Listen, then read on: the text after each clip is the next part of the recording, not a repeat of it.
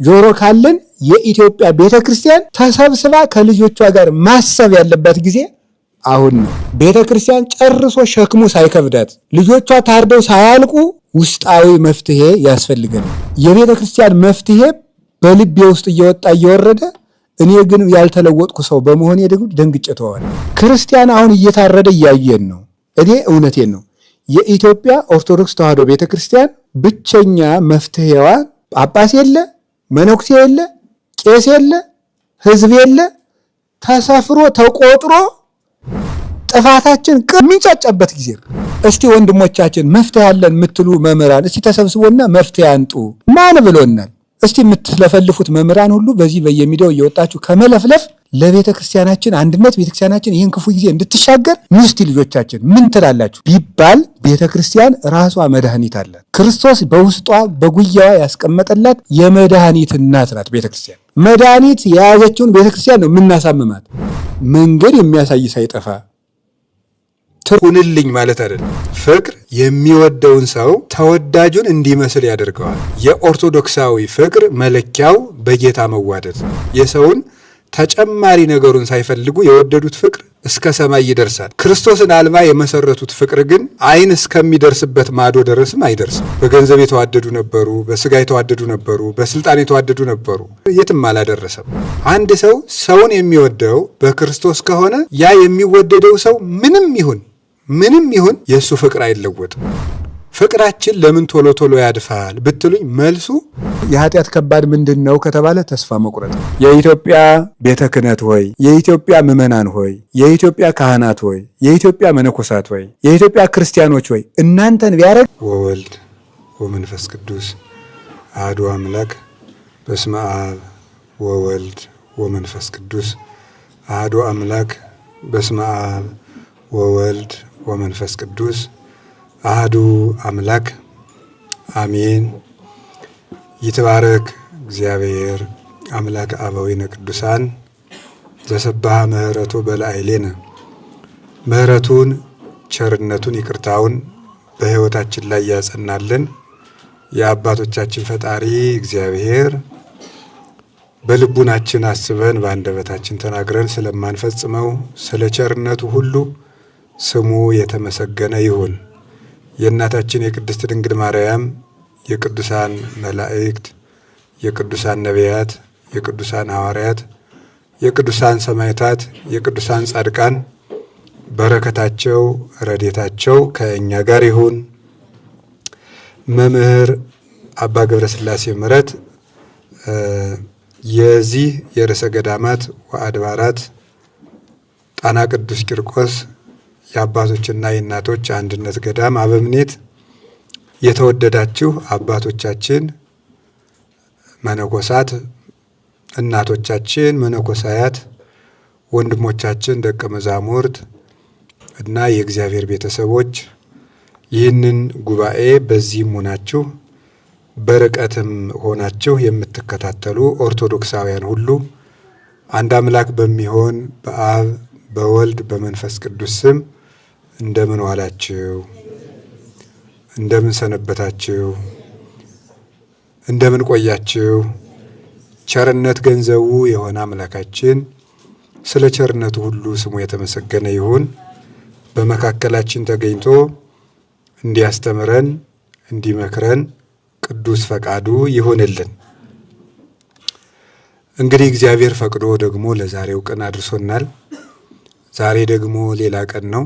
ብዙ ሳምንታትን አብረን ቃል እግዚአብሔር እየተማማርን አለን። የእግዚአብሔር ቃል ለሕይወት የሚጠቅም እውነተኛ ምግብ ስለሆነ እግዚአብሔር ሲፈቅድ ብቻ የሚፈጸም ነው። በእውነቱ እግዚአብሔር ካልፈቀደ ቁጭ ብሎ የሚማርም የለም፣ ቁሞ የሚናገርም የለምና እግዚአብሔር በየሳምንቱ ቀን እየጨመረ ከዚያ በላይ ደግሞ ባልተገባ ጆሮአችን ቃል እግዚአብሔር እንድንሰማ ያልተገባው አንደበታችን ቃሉን እንዲናገር በቤቱም እንድንኖር በቸርነቱ ስለፈቀደልን ስሙ በድጋሚ የተመሰገነ ይሁን። እንደ እግዚአብሔር ፈቃድ ዛሬ የምንማማረው በቅዱስ መጽሐፍ ቃል ክረምቱ ሳይመጣ ፈጥነህና በሚል ርዕስ ነው የምንማማረው። ክረምቱ ሳይመጣ ፈጥነህና በሚል ርዕስ እንማማራለን።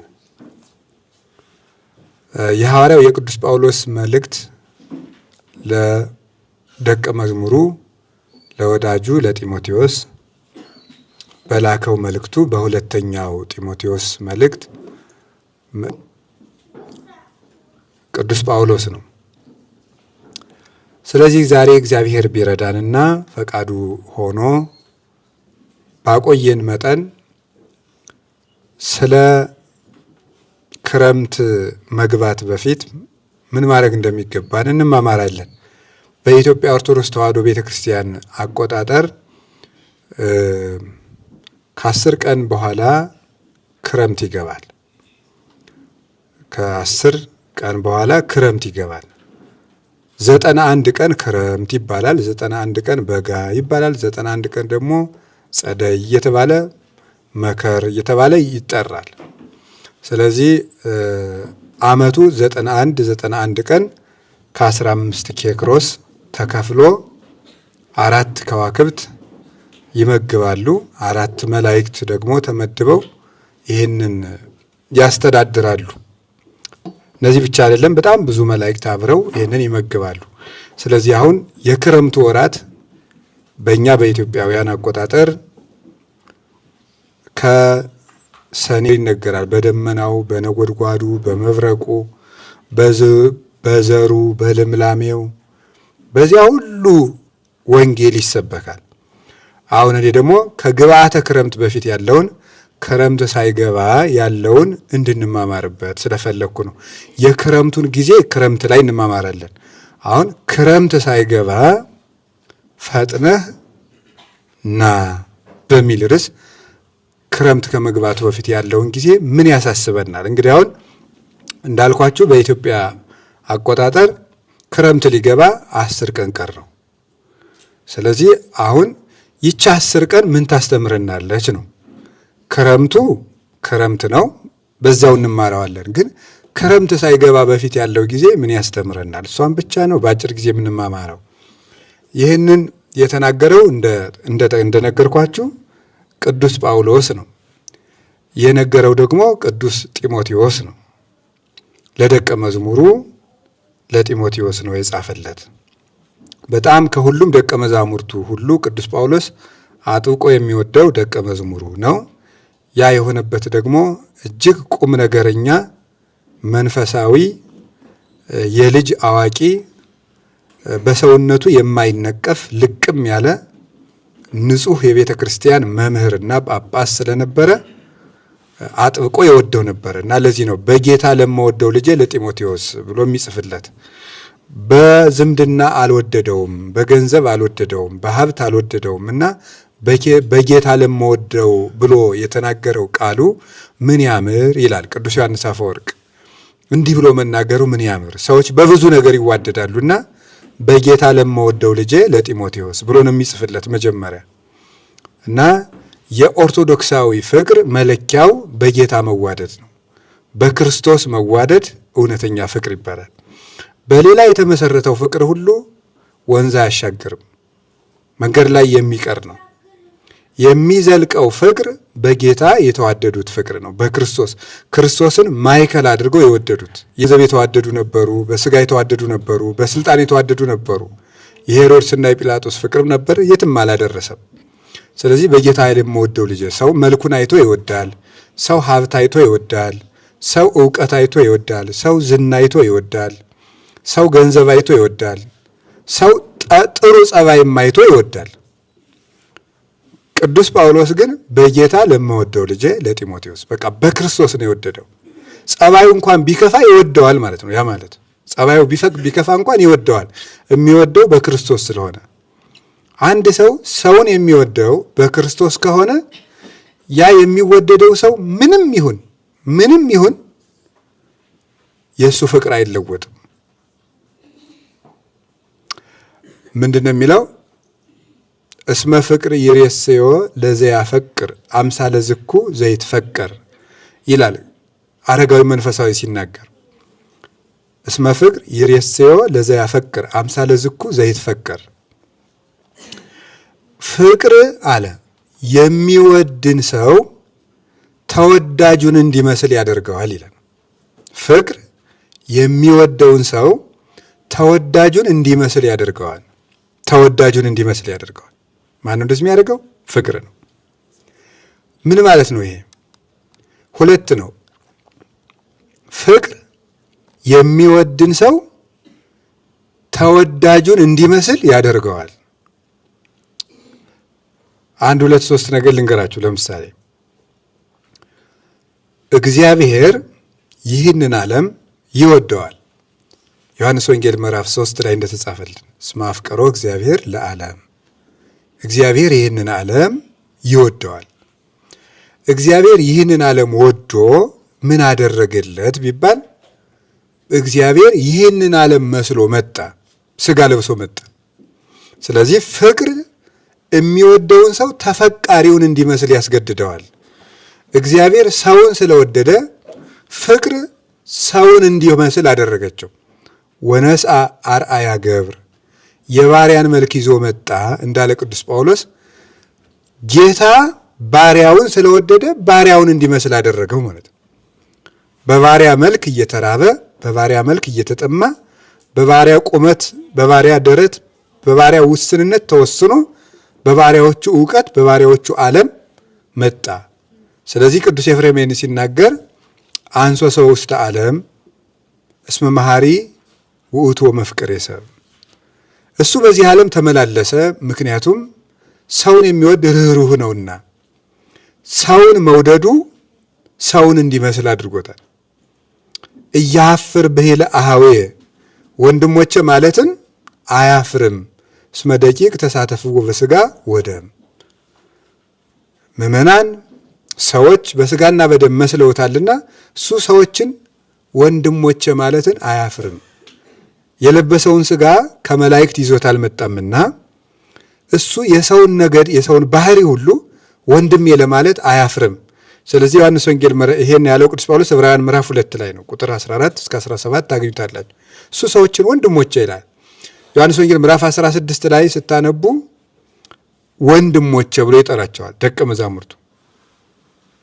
ከዚያ ቀድሞ ማቴዎስ ወንጌል ምዕራፍ 2 ላይ አንድ ሰው ጌታ በሚያስተምርበት ሰዓት ደጅ ላይ ቆሞ እናትህና ወንድሞችህ ይጠሩሃል ብሎ መልእክት ይዞ መጣ።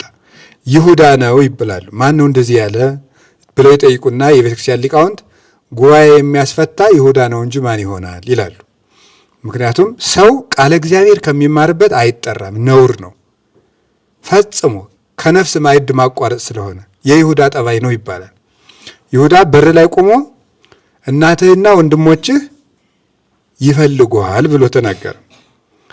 ጌታ ምን ብሎ መለሰ? መኑ ይእቲ እሜ፣ እናቴ ማን ናት?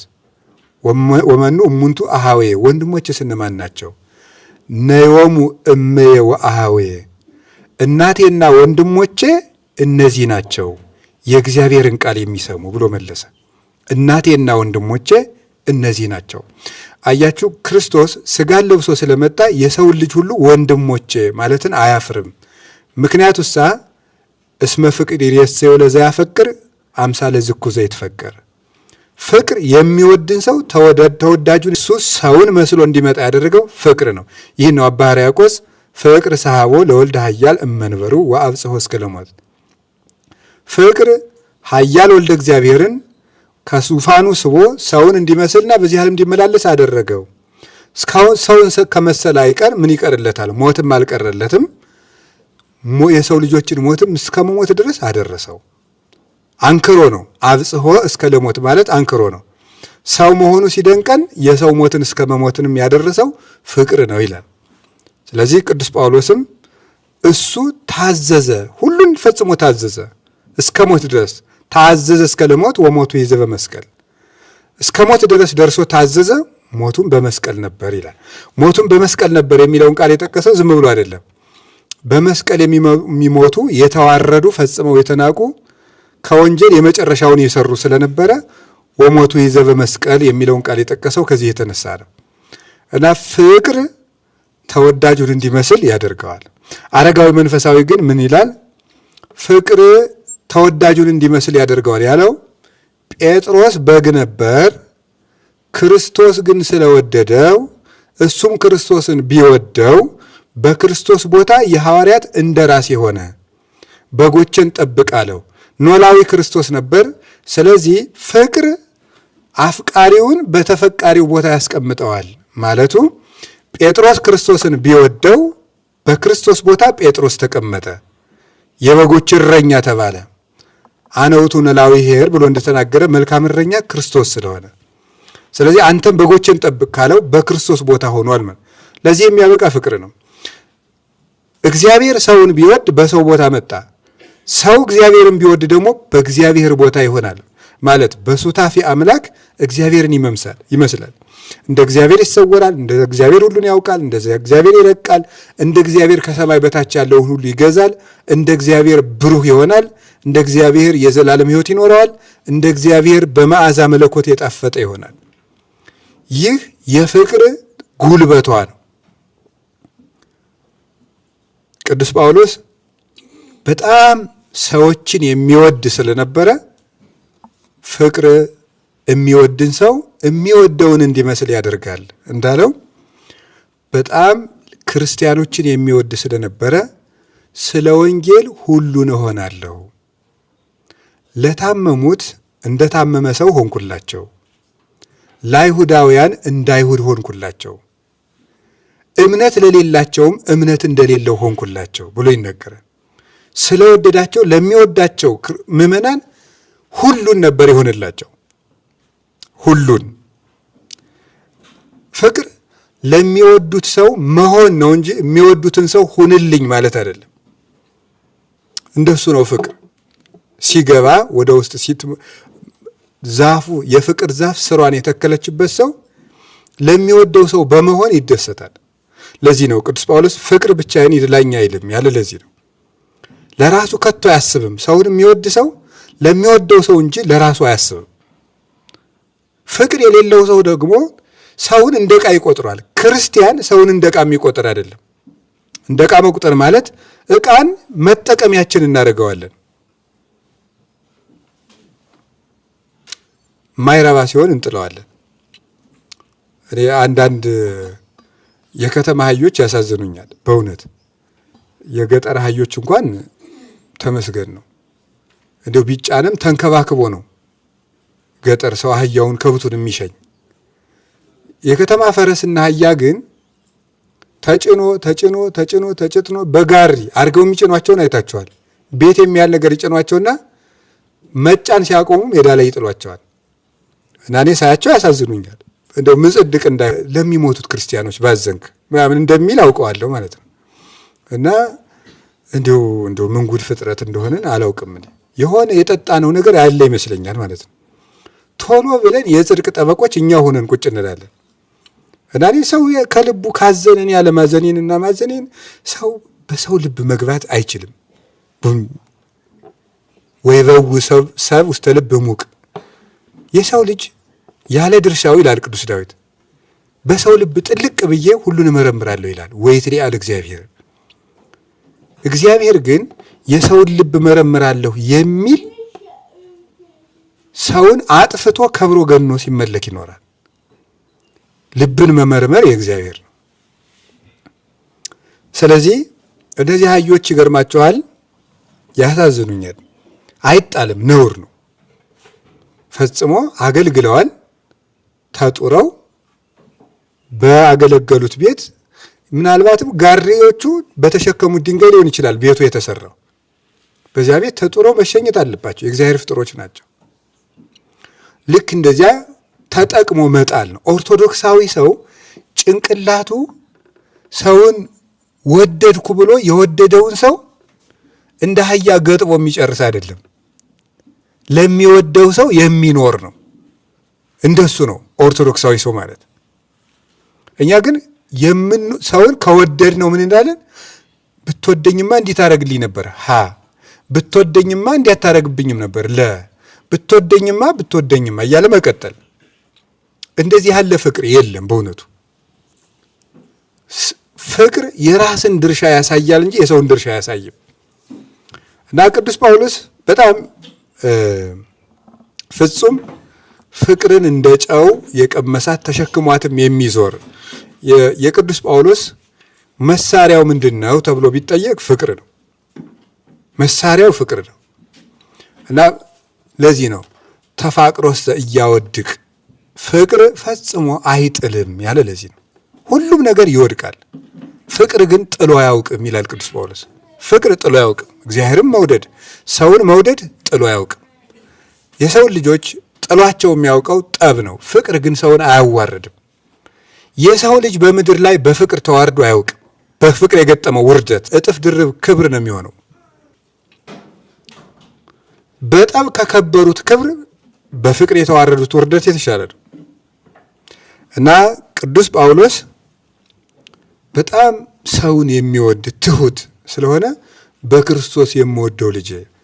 አንድን ክርስቲያን ሲወድ ቅዱስ ጳውሎስ የክርስቶስ አካል እንደመሆኑ እንጂ መጽደቅ ግዴታ ሆኖበት ሰው የሚወድ ሰው አልነበረም። ቅዱስ ጳውሎስ መጽደቅ ግዴታ ሆኖበት ሰው የሚወድ ሰው አለ። ይሄ ፍቅር አይባልም፣ ንግድ ነው። መጽደቅ ግዴታ ሆኖበት ማለት መቼስ ገሃነም እንዳይበላኝ ምን ይደረጋል፣ እንዴት እየሳቱ እንዳይበላኝ እንዴት አድርጌ ስጋው ደሙ ልቀበል ልታረቅ እንጂ ብሎ እያስጠላው የሚታረቅ ሰው አለ። እንደሱ አይደለም። አሁን እጁ እያስጠላው የሚወድ ሰው የለም። እውነት ይሄ እንኳን ቆስሎ የሸተተ ጣት እንኳን ቢኖረው እንደ በጣም በብዙ ቁስል እንደ ያን ቁስሉን ራሱ እኮ ይሄድ ምናምን ብሎ ሰው ቢሰድብበት አይወድም። አካሉ ነው ምንም ቢሆን ማለት እንደው የተበላሸ አካሉን እንኳን ሰው ሲሰዱበት ጣት ጥሩ ናት ሲሉ ነው ደስ የሚለው። የተበላሸ ጣቱን እንኳን ቢሆን አይኑ ጠፍቶ እዚህ ላይ እዥ እየፈሰሰው እንኳን እንደው አይንህ ጥሩ ነው ቢሉ ነው ደስ የሚለው። አካሉ ስለሆነ ነው። ጭንቅላቱ እኮ የታመመ እንደሆነ ያውቀዋል። ቅዱስ ጳውሎስ በኃጢአት የተዋረደን ሰው እንኳን የሚያዝንለት የክርስቶስ አካል እንደመሆኑ ነው። መጽደቂያ ሆኖበት የሚያገለግል አይደለም ቅዱስ ጳውሎስ። በቃ እግዚአብሔር ይቀጣኛል ብሎ የሚሮጥ አይደለም። የሚሮጠው ፍቅር ግዴታ ሆኖበት ነው። እንዴት ያለ ሰው እንደሆነ ቅዱስ ጳውሎስ በጣም ነው የሚገርመው። ወንጌልን ባልሰብክ ወዮልኝ ይላል። ወንጌልን ባልሰብክ ወዮልኝ የሚለው አይ ካልሰበኩ ክርስቶስ ጥሩ አድርጋ አልሰበክም ብሎ ይቀጣኛል ብሎ አይደለም። ፍቅር ነው ወዮልኝ የሚያስብለው። እኔ በጣም የሚገርመኝ አይሁድ የሚድኑ ቢሆን እኔ ከክርስቶስ እንኳን ተለይቼ የተረገምኩ እስከሆን ድረስ ክርስቶስን እለምነዋለሁ ይላል። እኔ ቀርቶብኝ አይሁድ እንኳን መንግሥተ ሰማያት ቢገቡ ያን አደርገዋለሁ ይላል። ምክንያቱም ፍቅር ራስን አያሳስብምና እንደዛ ነው የሚያደርገው ቅዱስ ጳውሎስ። እና በክርስቶስ የምወደው ልጄ ያለው ጢሞቴዎስን ለዚህ ነው። ፍቅራችን ለምን ቶሎ ቶሎ ያድፋል ብትሉኝ መልሱ በክርስቶስ ስለማንዋደድ ነው። በክርስቶስ የሚዋደዱት ፍቅር ምንም አይጥለውም። ሁልጊዜ ያፈራል፣ ጠብ አይጥለውም። ማይ ብዙ ይክላት ፎታ ለፍቅር ወአፍላግኒ እያንቀለቅልዋ ወአፍላጋትን እያንቀለቅልዋ መኃልየ ምዕራፍ 8 ቁጥር 7 ላይ የወንዞች ብዛት የፈሳሾች ብዛት ፍቅርን አያናውጻትም። ይህ ወንዝ ማይበል የተባለ የሰው ልጆች ኃጢአት የሐሳብ ብዛት ነው። ግፍ ይህ ሁሉ ነው፣ አይናወጽም ነው። እና አንዳንድ ጊዜ እንደው በሰው የማይቀየም ልብ እንዴት ሊኖረኝ ይችላል ብለን ብንጠይቅ መልሱ ሰዎችን በክርስቶስ መውደድ ነው። እንደዛ ከሆነ ሁልጊዜም ቢሆን አንቀየምም። በክርስቶስ መውደድ ማለት የክርስቶስ አካል አድርጎ ማየት ነው። ዝም ብሎ እንደ ጎረቤት፣ እንደ ሰው፣ እንደ ጓደኛ እንደሆነ በምድር ላይ እንደሚመላለስ ፍጡር ከቆጠር ነው ሲያበሽቀን ይበሽቀናል። የክርስቶስ አካል አድርገን ከቆጠር ነው ግን እናዝንለታለን። የከፋ እንኳን ሆኖ ብናየው እናዝንለታለን ቢጠም እንኳን። ስለዚህ ቅዱስ ጳውሎስ ለዛን እንደዛ የሚለው እንደምታውቁት ደጋግሜ ይህን ምሳሌ እጠቀመዋለሁ ሁልጊዜም። ከአካል ክፍላችን አንዱ ቢቆስል የኔ ምሳሌ አይደለም፣ በእርግጥ የቅዱስ ዮሐንስ አፈወርቅ ነው። ከአካል ክፍላችን አንዱ ቢቆስል ይበልጥ የምንጠነቀቅለት ለዚያ ለቆሰለው አካል ነው። በደንብ አሁን ልተኛ ብል እንደዚህ ተጠንቅቄ የምተኛው ለታመመ ወጣቴ ነው። ደህናውን እንደዚህ ሁላ ልጫነው እችላለሁ። የታመመውን ግን እንደዚች አድርጌ ደረቴ ላይ ይዤው ላድር እችላለሁ። ቁስሉን እንዳልጫነው። ለምን? ስለታመመ። ለከፋው ወንድምህ የበለጠ እንክብካቤ አድርግለት ይላል ቅዱስ ዮሐንስ አፈወርቅ። የበለጠ ለታመመው አካል እንክብካቤ እንደምታደርግለት ያ ወንድም የክርስቶስ ነው፣ የክርስቶስ አካል ነው ይላል እና ቅዱስ ጳውሎስ በክርስቶስ ለምወደው ልጄ ለጢሞቴዎስ ያለው ምን ያምር ያለው ቅዱስ ዮሐንስ አፈወርቅ ለዚህ ነው። ምን ያምር የቅዱስ ጳውሎስ ጋር መምህራን ደቀ መዛሙርታቸውን ብዙ አንድ የተለመደ ነገር አለና ብዙ ቢወልዱ አመሉን አይቶ አንዱን ይወዱ እንዲሉ ይላሉና መምህራን ደቀ መዛሙርታቸውን የሚወዱ አመለ ሸጋውን አይተው ነው። ቅዱስ ጳውሎስ ግን እንደዛ የሚያደርግ አይደለም። በክርስቶስ ሁሉን ይወዳል። ቀንና ሌሊት አለ በቀንና በሌሊት በእንባዬ እያሰብኩ ደስ ይለኛል ይላል ቅዱስ ጳውሎስ። እንዲህ አድርጎ የሚወደው ደቀ መዝሙሩ ነበር። የምርም ደግሞ ቁም ነገረኛ ነበረ። ከተጋድሎ ብዛት የተነሳ ያለ ዕድሜው ከፍተኛ የሆነ የልብ ጉዳት ያገኘውና የታመመ ሰው ነበር ጢሞቴዎስ እና በዚያ ቁም ነገሩ የሚያውቀው ነው።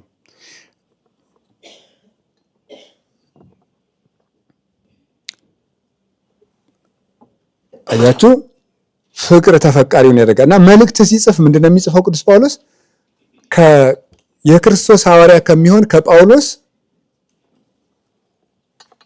ከልጅም ጢሞቴዎስ አብሮት ሳይጽፍ የሚወደውን ደቀ መዝሙሩን ከራሱ ጋር ሐዋርያ አድርጎ አስተካክሎ ከልጅ ከጢሞቴዎስ ብሎ መልእክት ሲጽፍ ጢሞቴዎስንም አብሮ ባለቤት ያደርገዋል። ፍቅር የሚወድን ሰው ተወዳጁን እንዲሆን ያደርጋል ያልኳችሁ ለዚህ ነው። በክብሩም በዚያው ክብር እንዲከብር ያደርገዋል። ለምሳሌ አሁን እናት አባት ልጃቸውን ስለሚወዱ ሕፃን ልጅ ስለሚወዱ በሕፃን አፍ እየተኮላተፉ ያወራሉ። ለሚወዱት ልጃቸው ትልቅ ሰዎች ልጁ ነው ያወራሉ። ይሄን ፍቅር ነው እንደዛ የሚያደርገው። ልጃቸውን መውደዳቸው ለዚያ ሕፃን ልጅ ሲባል በልጁ ቁመት ይራመዳሉ። እንደሱ ተጎንብሰው ሊሄዱለት ይችላሉ። እንደሱ ባልፈታ አንደበት ይናገሩታል፣ ይጫውቱታል። እንደሱ ይሆናሉ። የተሸነፉ መስለው አይታችሁ እንደሆነ የተሸነፉ መስለው ጋሻ ጨዋታ ያጫውቱታል። አንዳንድ ጊዜ ልጁ ደስ እንዲለው ልጁ እንዲረታ ይደረጋል። ተሸናፊነትን እንዳይለምድ ነው ልጁን እንደዛ እያደረጉ የሚያሳድጉት። አባትየው ሆን ብሎ ይሸነፍለታል እየተጫወተ። ይህ የፍቅር ሕግ ነው እና ቅዱስ ጳውሎስ ጢሞቴዎስን እንዲሚለው ለዚህ ነበረ እና ሊያርፍ ጥቂት ሲቀረው የጻፈው መልእክት ነው ይሄ ሁለተኛ ጢሞቴዎስ የሚባለው። ሊያርፍ ሲል የጻፈለት ነው። ሮም ታስሮ ሳለ የጻፈለት ነው እና ምን አለው? ክረምቱ ሳይመጣ ፈጥነህ ትመጣ ዘንድ ትጋ አለው። ለምንድን ነው እንደዛ ያለው የሚለውን ብቻ ነው አራርቼም ጨርስላቸው። በቆሙ ስንወስደው ለምንድን ነው ክረምቱ ሳይመጣ እንድትመጣ ትጋ ያለው? ቅዱስ ጳውሎስ የሚያርፍበት ሰዓት ደርሷል። ይሄን ሲጽፍለት የሚያርፍበት ሰዓት ተቃርቦ ነው የሚጽፍለት። ልሄድ ነኝ፣ አክሊል ተዘጋጅቶልኛል፣ ሩጫዬን ጨርሻለሁ፣ ተጋድሎዬን ፈጽሜያለሁ፣ የሚቀረኝ የክብር አክሊል ብቻ ነው ብሎ ሞቱን እርግጡን ነግሮታል። ሞቱን እርግጡን ከነገረው በኋላ ቅዱስ ጳውሎስ ለምንድን ነው ቶሎና የሚለው? ሁሉንም ነገር በመልእክቱ ጽፎ ነግሮታል። ወደፊት እንዲያድርግ ብሎ መመሪያውን ነግሮታል። መመሪያውን እንዲያርገ ቤተክርስቲያንን ጠብቅ እንዲበል ብሎ ከነገረ በኋላ ለሰዎች እንዲያርግላቸው ብሎ መመሪያውን ከጨረሰ በኋላ ና ይለዋል። የሚመጣ ከሆነ ለምን ይጽፍለታል? ከጻፈለትስ ለምን ና ይለዋል? በጣም ይህን ልብ ብላችሁ ስሙ። በአንደኛ ጢሞቴዎስ በተናገረው ብቻ ሳይሆን ሁለተኛ ጢሞቴዎስ እስከ ሕይወትህ ፍጻሜ እንዲያደረክ ኑር ብሎ አኗኗሩን ጽፎለታል። ጽፎ ሲጨርስ ግን ና ያለው ለምንድን ነው? ክረምቱ ሳይገባስ ያለ ለምንድን ነው? ክረምቱ ሳይገባ ያለበት ምክንያት ለጊዜው ጢሞቴዎስ የሜዲትራኒያንን ባህር አቋርጦ ስለሚሄድ በዚያ ጊዜ ደግሞ የመርከብ ጉዞ ይቆማል። ክረምት ሲገባ የአውሮፓ ክረምት በጣም ጠንካራ ነው፣ በረዶ ያለበት ነው። ቅዱስ ጳውሎስ ደግሞ እዛ ውስጥ ነው ያለ። ጢሞቴዎስ በሚሄድበት ጊዜ መርከቦች ስለሚቆሙ እንዳይቸገር፣ እዛም ሄዶ ደግሞ እንዳያስቸግረው፣ ብርዱ በጣም ከባድ ስለሆነ ቅዱስ ጳውሎስ ፍጹም ተንከባካቢ መምህር ስለሆነ ለነፍሱ ብቻ ሳይሆን ለስጋውም ያስብለታል። ስለዚህ ሄዶ በረዶ እንዲያስጨንቀው አልፈለገም። ቀድሞ አይቶት እንዲመለስ ነው የፈለገው። የአውሮፓ ክረምት በጣም እንኳን የሰው ጨርቅ ዛፍን ቅጠል የሚያስጥል ክረምት ነው ክረምታቸው። እዚያ ውስጥ እንደማይችለው ስለሚያው ክረምቱ ሳይገባ መተሄድ ብሎ በቁሙ ነገረው። ግን ና ያለው ለምንድን ነው? ቅዱስ ጳውሎስ ሁለት መሰረታዊ ነገርን ሲናገር ነው እዚህ ውስጥ። የመጀመሪያው በቁሙ ስንፈታው ከዛ መንፈሳዊ ፍቹን አይተን እንጨርሳለን። የመጀመሪያው ና ቶሎ ያለበት ምክንያት ቅዱስ ጳውሎስ እንኳ ሰው ይናፍቀው ነበር፣ ማየት ይፈልግ ነበር። የሚወደውን ጢሞቴዎስን ማየት ፈልጎ ነው፣ ናፍቆት ነው እንደዛ ያደረገው። ያውም ሲናገር ምንድን ነበር? ሁሉም ትተውኛል፣ ዴማስም ይሄን ዓለም ወዶ ትቶኛል፣ እገሌም ትቶኛል፣ ሉቃስ ብቻ ነው እኔ ጋር ያለ እያለ ጽፎለታል። ብቻዬን ነኝ እያለ ይጽፍለታል። እና በምድር ላይ ለሰው አይገባውም እንጂ ትልቁ በሽታ ብቸኝነት ነው። ትልቁ መከራ ብቸኝነት ነው። የብቸኝነት ክፋት የሚገባን ሰው ያጣለት ነው። ሰው አብሮን እያለ ግን ትርጉሙ አይገባንም። እንኳን እኔ ምን ያደርግልኛል፣ እኔ ብቻዬን መኖር እኮ የምችል ሰው ነኝ ይላል ሰው። ኧረ በፍጹም አይደለም። እንኳን እኛ ይቅርና እግዚአብሔር እንደምሰሶ በልቡ የቆመለት ጳውሎስም ሰው ይናፍቀው ነበር። ቅዱስ ጳውሎስ ራሱ እና ሰው አያስፈልገኝም አይባልም። ሰውም አይናቅም፣ ነውር ነው። ሰው አይናቅም። እገሌ ምን ይጠቅመኛል፣ በቃ አልደርስባት ትድረስብኝ፣ የራስህን ኑር አይባልም። በቃ የሰው ልጅ ብቻውን ይኖር ዘንድ መልካም አይደለም። ቃል የሚለው ቅዱስ መጽሐፍ እኮ ለትዳር ብቻ አይደለም። ብቸኝነት ለሰው የተፈቀደለት አይደለም። ስለዚህ ሰው ህብረታዊ ፍጡር ነው፣ አይሆንለትም። እንደ አባቶቻችን እኮ ኦሪት ዘፍጥረት ምዕራፍ 2 ቁጥር 18ን ሲተረጉሙ ሰው ብቻውን ይኖር ዘንድ መልካም አይደለም፣ አኮ መፍትው ወልደ እጓለ እመሕያው ይንበር ባሕቲቶ አላ ንግበር ሎቱ ቢጸ ዘይረድኦ፣ የሚረዳውን ረዳት እንፍጠርለት ያለውን ሲተረጉሙ ሔዋን አዳምን በምን ትረዳዋለችና ይሉና ብዙ የምትረዳው ነገር አለ። አንዱን ምን ይላሉ? ብቸኝነት ጽኑ ገድል ነውና ብቸኝነትን በማቅለል ትረዳዋለች ይላል። ብቸኝነት ጽኑ ገድል ነውና ይላል አንድምታችን። በጣም በጣም በጣም ከባድ ነው። የሰው መኖሩ ኮቴው ራሱ ይነፍቃል።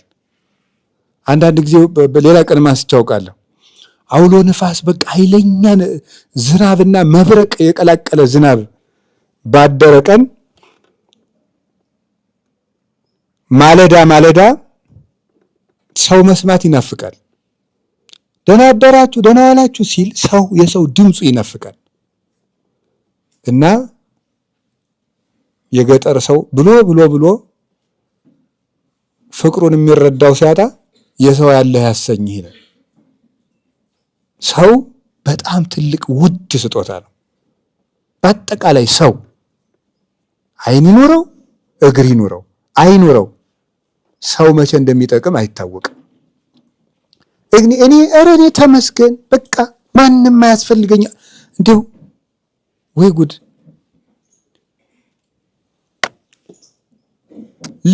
ለጻድቁ ለጳውሎስ ሰው አስፈልጎታል። ለጻድቁ ለቅዱስ ጳውሎስ፣ ለጴጥሮስ እንኳን ሰው አስፈልጎታል። ቅዱስ ጴጥሮስ ታስሮ ሳለ ያስፈቱት ምዕመናን ናቸው በጸሎት።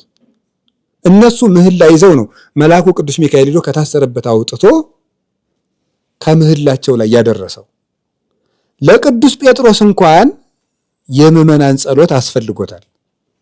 ራሱ ጌታችን ኢየሱስ ክርስቶስ ለመረጠው ለቅዱስ ጴጥሮስ እንኳን ሰው ያስፈልገው ነበር።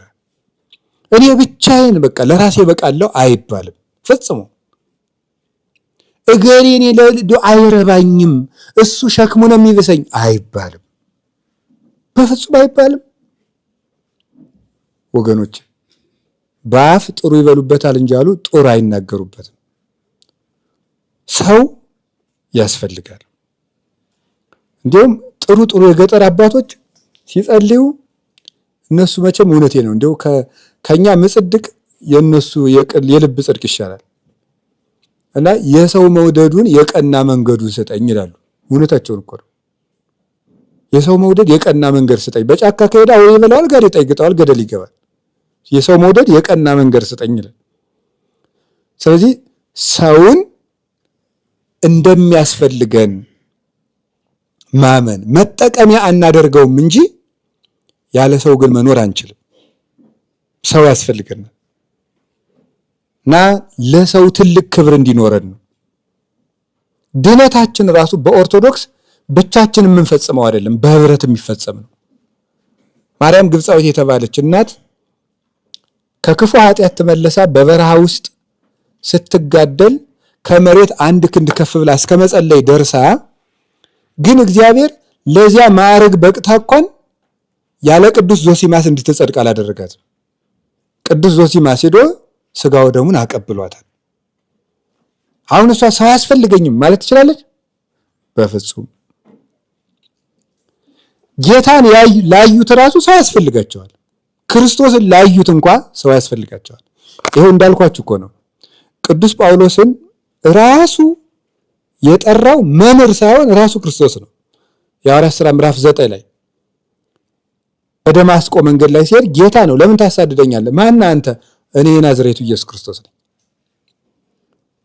አሁን ጌታን አየው፣ ጌታን ሰማው። ከዛ በኋላ ምንድን ያደረገ? ምን ላድርግ ጌታ ሆይ ሲለው ሂድ ሐናንያ የሚባል ነብይ አለ፣ እሱ ስላንተ ይጸልይልሃል፣ የምታደርገውንም ይነግርሃል። ጌታን አግኝቼዋለሁና ሰው አያስፈልገኝም ቢባል እንኳን ጳውሎስ እንኳን ይል ነበር። ቅዱስ ጳውሎስ እንኳን እሱ እንኳን ወደ ሰው ነው የተላከው። ለመንግስተ ሰማያት እንኳን ያለ ሰው መዳን አንችልም። እውነት ለመናገር ከክርስቶስ የሚያደርሰን ሰው ያስፈልገናል። ያለ ሰው የሚሆን ነገር አይደለም። ክርስቶስ ይህንን ዓለም ለማዳን ወደዚህ ዓለም መጣ። ግን ዓለምን ወደ ራሱ የጠራው ግን በሰው ነው። ሐዋርያት ሰዎች ናቸውና። ስለዚህ ድነታችንም በሰው ህብረት የሚፈጸም ነው። የሚያጠምቀን ያስፈልገናል፣ የሚያስተምረን ያስፈልገናል። ማመን ከመስማትም ባልሰሙትስ እንዴት ያምናሉ ይላል ቅዱስ ጳውሎስ። አሚንሰ እምሰሚ ውእቱ። ማመን ከመስማት ነው፣ ያልሰሙትንስ እንዴት ያምኑታል ይላል። ስለዚህ የሚያስተምረን ያስፈልገናል። ባንማር አንጠመቅም፣ ባንጠመቅ አንቆርብም፣ ባንቆርብ አንጸድቅም። ለብቻ የሚሆን ድነት የለም። ስለዚህ ለመጽደቅም ሰው ያሻናል። ለመጽደቅም በምንም ታምር ሰው ጥሎ መንግስተ ሰማያት የለም። ሰው ጥሎ መንግስተ ሰማያት የለም። ሰው ጥሎ ክርስቶስ የለም። ሰው ገፍቶ ክርስቶስ የለም። በምንም ታምር ወንጌል ይሄንን አትነግረንም። ነቢያትም ሐዋርያትም ይሄንን አይነግሩንም። እንደሱ ነው። አሮን እኮ ምንም ጥፋት ሳይኖርበት እግዚአብሔርን እያገለገለ በተለይ በኋላ በትክክል ሕጉ ከተሰራለት ታቦት ከቆመ መቅደስ ከገባ በኋላ አሮን ነውር የሌለበት ካህን ነው። ግን እግዚአብሔር የነቀፈው በምንድን ነው? የወንድሙ ፍቅር ስለጎደለው የአሮን አገልግሎት ጎደሎ ነበረ። ለምጽ ወጣበት። ምንም እኮ አልጎደለውም። የእግዚአብሔርን መስዋዕቱን፣ አለባበሱን፣ ልብሰ ተክህኖውን አላጎደለውም። በአሮን ሰውነት ላይ ለምጽ የወጣበት ምን ጎሎት ቢሉ የሙሴ ፍቅር ጎሎት። ሙሴን ስላማው እግዚአብሔር አሮንን በለምጽ መታው። ሰው ከጎደለን መንግስተ ሰማያት ይጎለናል። ክርስቶስ ከኛ ይሰደዳል። በተባበራችሁበት በዚያ እኔ እገኛለሁ ነው ያለ። በተለያያችሁበት በዚያ እኔ እገኛለሁ የለም። በምንም ካላስፈለገኝ ራቅ ብዬ ራሴን እጸድቃለሁ የሚባል ነገር የለም። እስከ መጨረሻው ከሰው ጋር የሚዳንበት ነው።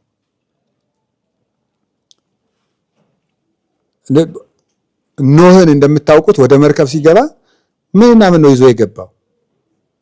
ልጆቹንና እንስሳትን። እነዚያ ኖህ መርከብ ውስጥ የገቡት እንስሳት ምኖች ናቸው?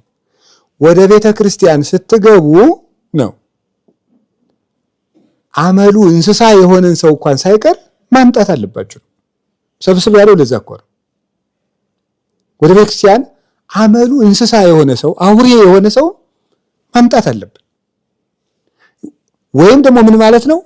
ክርስቶስ እንደዚህ አይነት ሰዎችንም ቢሆን ችሎ ይኖላል። ሰዎችን ነቃቅለ ደጋግ አባቶችን ብቻ ስጠን። ክፉዎችን አባቶች ነቃቅለ አጥፋቸው። አውሬውን አስወጣው፣ እባቡን አስወጣው፣ ጥንቸሉን አስወጣው፣ ዝንጀሮውን አስወጣው፣ ቀበሮውን አስወጣው። ኖህ ብቻ ይኑርልን፣ የሱ ልጆች ብቻ በመርከቡ ይኑርልን አይባልም። አንችልም። ክርስቶስ በቤተ ክርስቲያኑ አራዊትንም እንስሳትንም ሰብስቦ ይኖራል። ያን ያደርጋል። የእግዚአብሔር ቸርነት ነው ይሄን የሚያደርገው። በማንም ላይ የመፍረድ ስልጣን የለንም። የምንፈርድበት ሞራልም የለንም። ሁላችንም ታማሚዎች ነንና ቀኝ አይኑ የታመመበት ሰው ግራ አይኑ በታመመ ሰው ሊስቅ አይችልም። ምንም ሁሉም ያው ከእግር እስከ ራስ ድረስ ያልታመመ የለም ብሏል ኢሳይያስ። አንዱ ጨጓራ ቢያመው አንዱ ልብ ህመም ቢያመው ማን በማን ይስቃል? ህመም ነው። የኃጢአት ልዩነት ነው እንጂ ያልታመመ የለም። ስለዚህ ሰው ያስፈልገናል እና ሰው የሚናፈቅ ፍጡር ነው። ሰው የሚያስጠላው ሰው ክርስቶስን የሚጠላ ሰው ነው። ለዚህ ነው መተህ እንድታይ ሳልሞት ልይህ። እኔ እውነት ቅዱስ ጳውሎስ በጣም ነው የሚገርመው እኮ እንዴ ምንድነው ያለ? ፊልጵስዩስ መልእክቱ ምዕራፍ 1 ላይ ልሄድ ከክርስቶስ ጋር ልኖር እናፍቃለሁ አለ። ምን እንደምመርጥ አላውቅም፣ ወደ ጌታዬ መሄድ እፈልጋለሁ። ብኖርም ደግሞ ከዚህ መልካም ነው። ለኔ ህይወት ማለት ክርስቶስ ነው፣ በሱ ከሆነ ሞትም ቢሆን ጥቅም ነው አለና ወደ ክርስቶስ ልሄድ እናፍቃለሁ ያለው ሰው ቅዱስ ጳውሎስ መሞቻው እንደደረሰ እያወቀ ወደ ክርስቶስ ሊሄድ ሲል እንዴት ጢሞቴዎስ ይናፍቀዋል?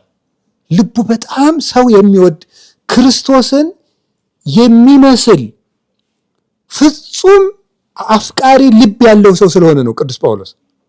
እንዴት ወደ ክርስቶስ እየሄደ ሰው ይናፍቀዋል? ለካማ ወደ ክርስቶስ የቀረበ ሰው ነው ሰው የሚናፍቀው። ሰው የሚያስጠላ ሰው ደግሞ አጋንንት የቀረቡት ሰው ነው። ለካ ሰው ወደ እግዚአብሔር ሲቀርብ ሰው ይናፍቀዋል።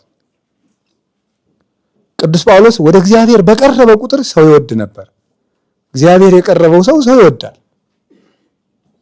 እግዚአብሔርን በዚያ መልክ ያየዋል እና ልጄ ጢሞቴዎስ ሳልሞት ልሂድና እባክህን አለው። ሁለተኛ እግዚአብሔር በዚህ ዓለም ላይ ይህንን ዓለም እንድንጠቀምበት አድርጓል። መመጻደቅ አያስፈልግም። ከዚህ ዓለም የምፈልገው ነገር የለም አይባልም። አሁን ይህንንም ደግሞ የሚያስተምር ነው። የበቃ ሰው እንኳን ቢሆን ይህ ዓለም ከንቱ ነው ማለት ምናምን አይችልም። ቅዱስ ጳውሎስ እንኳን በርኖስ አስፈልጎታል። ስትመጣ ብርድ ስለሆነ በርኖሱን ይዘህልኝ አለው። ስለሚበርደው እሱም ደግሞ እነዚህ ዓለም ይህን ዓለም አልፈልግም።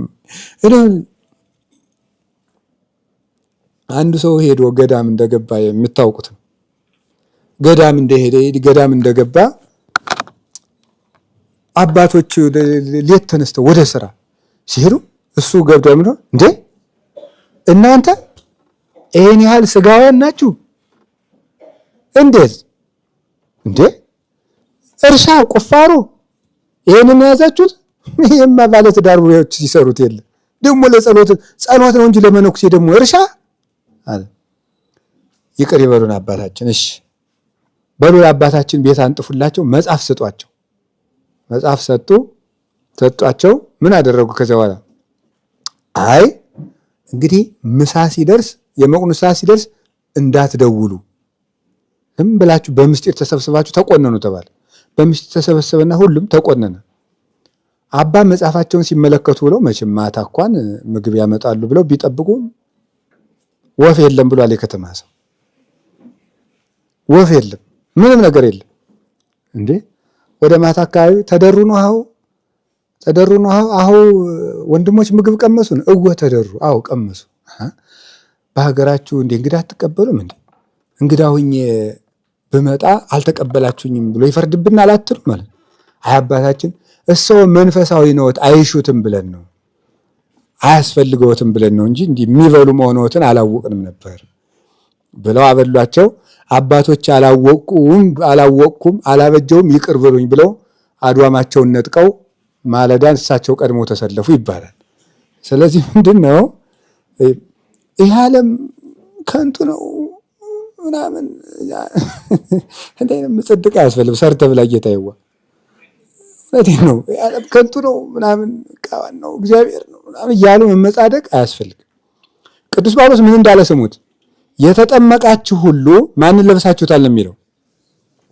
ክርስቶስን ለብሶ ግን ጢሞቴዎስን ምን አምጣልኝ ነው የሚለው።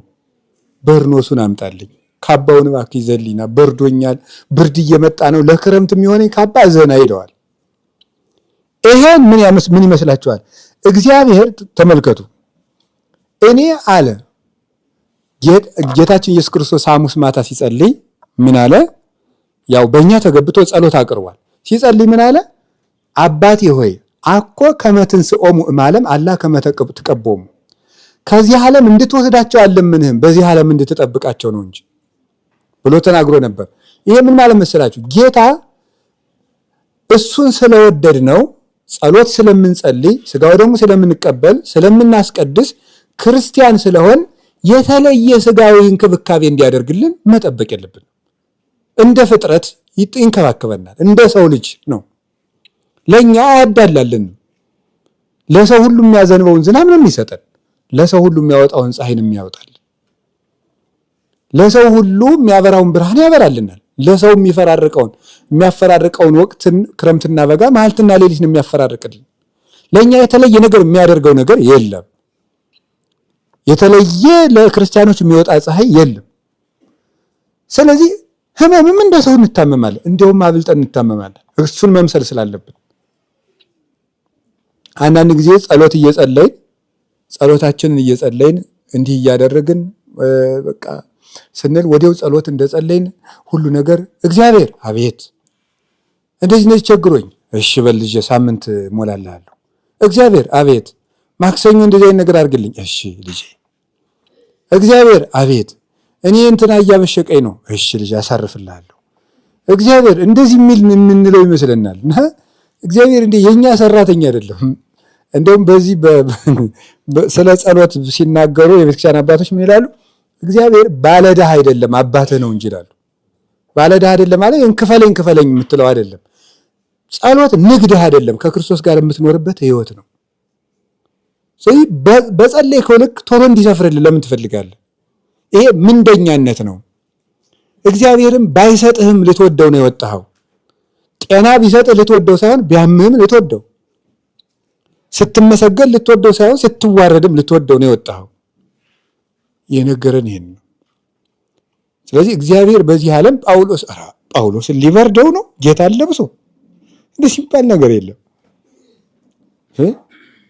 እንደዚህ ያለች ነው የተባለው። አንድ ማሆይ ገዳም ገብተው ዕለቱን የገቡለት ነው አሉ። ድንገት እሳት እየሞቁ ተፈራጥሮ በልቷቸው የገቡለት እኮ ነው ገዳም። እሳት ሙቁ ብለው ትተዋቸው ሌሎች ነባር እናቶች ሊጸልዩ ሲሄዱ እሳቸውም ልጆች እሳት እየሞቁ ፍንጥር ብሎ ይፈጃቸዋል። እናንተ እኛን ጻድቃኖቹን እንዲህ ያደረገ ኃጥአንንማ እንዲህ ሊያረጋቸው ነው አሉ። እንዴ ዕለቱን የገቡለት እኮ ነው። እናቴ እና እንደዚህ እኮ ነው። በቃ እኛን እንኳን ጻድቃኑን ፈጀናሉ እና በቃ እግዚአብሔር እንዳይነካን እኛ ስለጸለይን በቃ ስላስቀደስ ሰሞኑን አስቀድሻለሁ እንዴው ምንም አይደርስብኝም። ኧረ የለም እንዴው ምንም አይደርስብኝ። እንግዲህ ጳውሎስን ባይበርደው እናቴ ጌታን ለብሶ ቅዱስ ጳውሎስ እንኳን እየበረደው። ስለዚህ እግዚአብሔር መከራ እንዳንቀበል አይደል። እንዲያውም እግዚአብሔር ይሄንን ዓለም የናቀው እንኳን በሱ በሚያምኑት የሚሸነፍ መሆኑን በማሳየት ነው። ይሄ ዓለም ቀላል መሆኑ በምን ይታያል ሲባል እንኳን እግዚአብሔር በእግዚአብሔር ያመኑ ስለሚያሸንፉት አሸንፈውም ስላሳዩ ቅዱሳን አባቶቻችን። ያንን ደግሞ ያደረጉት በእኛው ስጋ ነው። ኤልያስ ዘከማነሰብ ወዘከመነ ሐምም ይሐምም። ኤልያስ እንደኛ ሰው ነበር። እኛ እንደምንታመም ይታመማል ማለት ለኤልያስ እግዚአብሔር የተለየ ስጋ አልገጠመለትም። እኛ እንደምንታመም ይታመማል፣ እንደምንደክም ይደክማል። ጸለየ ከመ ኢይዝንም ዝናብ፣ ዝናብ እንዳይዘንም ጸለየ፣ አልዘነምም። ወካዕበ ጸለየ ከመ ይዝንም፣ ዳግመኛም እንዲዘንም ጸለየ፣ ዘነመ። ግን እንደኛ ሰው ነበር። አንድ ሰው ወደ ቅድስና በሄደ ቁጥር፣ ወደ ጸሎት በቀረበ ቁጥር ከማይጸልዩት የተለየ ምድራዊ እንክብካቤ እግዚአብሔር እንዲሰጠው አይጠብቁም። ቅዱሳን ከዚህ የወጡ ናቸው። ቅዱስ ጳውሎስን እንኳን ከመታሰር ያላዳነ ጌታ ሌላው ክርስቲያን እንዳይታሰር አያደርግም እግዚአብሔር።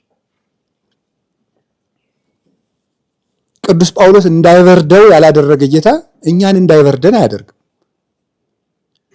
ቅዱስ ጳውሎስ እንዳይሳደብ ያልተከላከለለት ጌታ እኛን እንዳንሰደብ አያደርግም።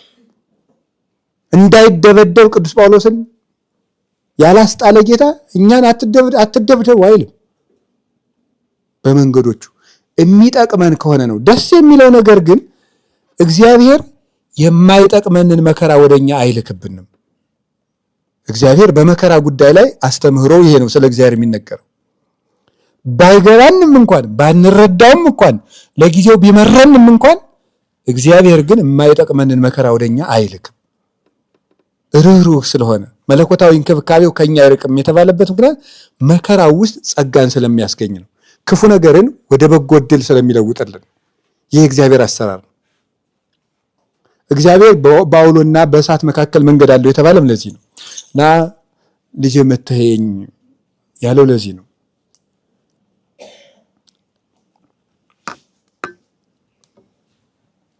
በርኖሱንና መጽሐፉን አምጣልኝ ያለው ከዚህ የተነሳ ነው። ከዛ መጨረሻ ላይ ግን ሞት ቅዱስ ጳውሎስ ክረምት ያለው ሞቱን ነው ይላሉ አባቶቻችን። ቅዱስ ጳውሎስ ክረምት ብሎ የጠራው ሞቱን ነው።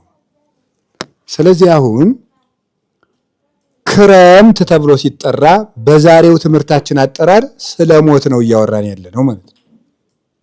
በዛሬው ትምህርታችን። በሌላው ትምህርታችን ደግሞ ስንገናኝ ክረምት ደግሞ ሌላ ነገር ነው። ክረምት ክርስቶስም ዝናብ ስለሚባል ማለት ነው። በዚህኛው ደግሞ ሌላ ትርጉም አለው። ክረምት ያለው ሞትን ነው። አባቶቻችን በአንድምታቸው 3 ተርጓሚ ሰጥተውታል። ሌሎች አባቶች ደግሞ ሌላ ትርጉም ጨምረውበታል። አንደኛው ክረምት ብሎ የጠራው ሞትን ለምንድን ነው ሲባል አባቶቻችን ክረምት ታች ውሃ ነው ላይ ውሃ ነው አያስተያይም፣ ሳንሞት እንተያይ ማለቱ ነው ጳውሎስ ይላል። ክረምት ላይ ውሃ ነው ታች ውሃ ነው አያስተያይም፣ ሳንሞት እንተያይ ነው። እውነቴን ነው። አሁን እኔ የሚገርመኝ ነገር በኢትዮጵያ የለመድነው ነገር ሰው ሲሞት ማልቀስ ለምዶብናል። ብንለፈልፍ ግን ሌላውን የሚሰማ የለም።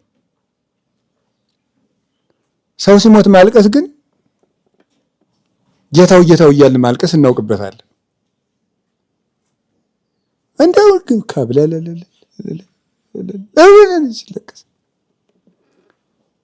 እንደው ልቅሶ ላይ የሚሳቅ ቢሆን እኔ ምስቅ በኢትዮጵያ ሰው ልቅሶ ነው።